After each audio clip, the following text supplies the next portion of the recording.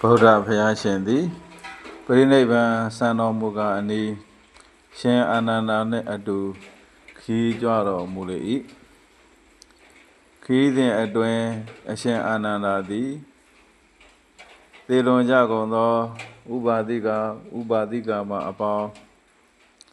မိသည့်ဘုံဌာနသို့ရောက်သည်ကိုသိလို့မေးမြန်းသောအခါဤမီသောဥပါဒကဤမီသောဥပါတိကာမတို့သည်အပေသို့မချရောက်ကောင်းသောသုဂရိဘုံဌာနသို့ရောက်၏ဟုပြော၏ဘုရားဘုရားရှင်သည်အာနန္ဒာဓမ္မလွန်သို့ပြောင်းသွားကြကုန်သောဥပါတိကာမအကြောင်းတို့ကိုမေးနေ၍ဘာထူးမှလဲကိုဘယ်ဘုံဌာနရောက်မယ်ဆိုတာကိုမှန်းဆပြီးတော့သိနိုင်တယ်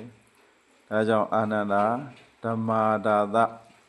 ဓမ္မပရိယာယလို့ခေါ်တဲ့ရှင်းမုံတရားကိုငါဘုရားဟောကြားမယ်အာနန္ဒာဤအရာသည်အံ့ဖွယ်မဟုတ်အာနန္ဒာလူသေးတိုင်းပင်မြတ်စွာဘုရားထံသို့ချဉ်ကပ်၍ဤအကြောင်းအရာကိုမေးမြန်းနေကြလေမြတ်စွာဘုရားအားပင်ပန်းယုံစွာဖြစ်လိမ့်မည်အာနန္ဒာခြေမုံတရားနှင့်ပြည့်စုံသောအရိယသာဝကသည်ပြောကြားလိုပါမူငါအားငရဲ၌ဖြစ်ရန်မရှိပြီတိရစ္ဆာန်ဘုံ၌ဖြစ်ရန်မရှိပြီပြိတ္တာဘုံ၌ဖြစ်ရန်မရှိပြီအဘယ်ဒုက္ခတိတို့ပျက်စီး၍ကြာရောက်ရန်မရှိပြီငါသည်သောတာပန်ဖြစ်ပြီပျက်စီးကြာရောက်တတ်သောသဘောမရှိပြီဂိမ်းသည်မြဲပြီအထက်မဲ့သုံးပါးသာလင်လာရရှိ၏မိမိကိုယ်တိုင်ပင်မိမိအကြောင်းကိုပြောကြားနိုင်ပါတယ်အာနန္ဒာ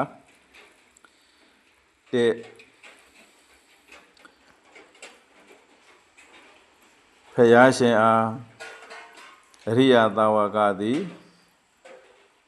ဖယားမြတ်စွာဘုရားကိုဉာဏ်ဖြင့်တွေ့မြင်၍တုံလိုခြင်းမရှိသောသဘောနှင့်ပြည့်စုံ၏ကြီးညို၏တရားတော်ကိုဉာဏ်ဖြင့်တွေ့မြင်၍တုံလိုခြင်းမရှိသောကြီးညိုခြင်းနှင့်ပြည့်စုံ၏သံဃာတော်ကိုဉာဏ်ဖြင့်တွေ့မြင်၍တုံလိုခြင်းမရှိသောကြီးညိုခြင်းနှင့်ပြည့်စုံ၏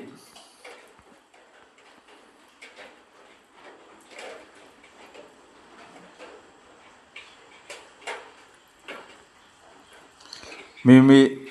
ဆောက်တည်သောသီလတရား၌မကြိုးမပေါက်မပြောက်မကြားသမာဓိကိုဖြစ်စေတတ်ကုန်သောသီလနှင့်ပြည့်စုံ၏ဤတရားလေးပါးနှင့်ပြည့်စုံသောပုဂ္ဂိုလ်သည်အပင်ငရဲသို့မကျနိုင်မှုအာနန္ဒာသာဓုသာဓုသာ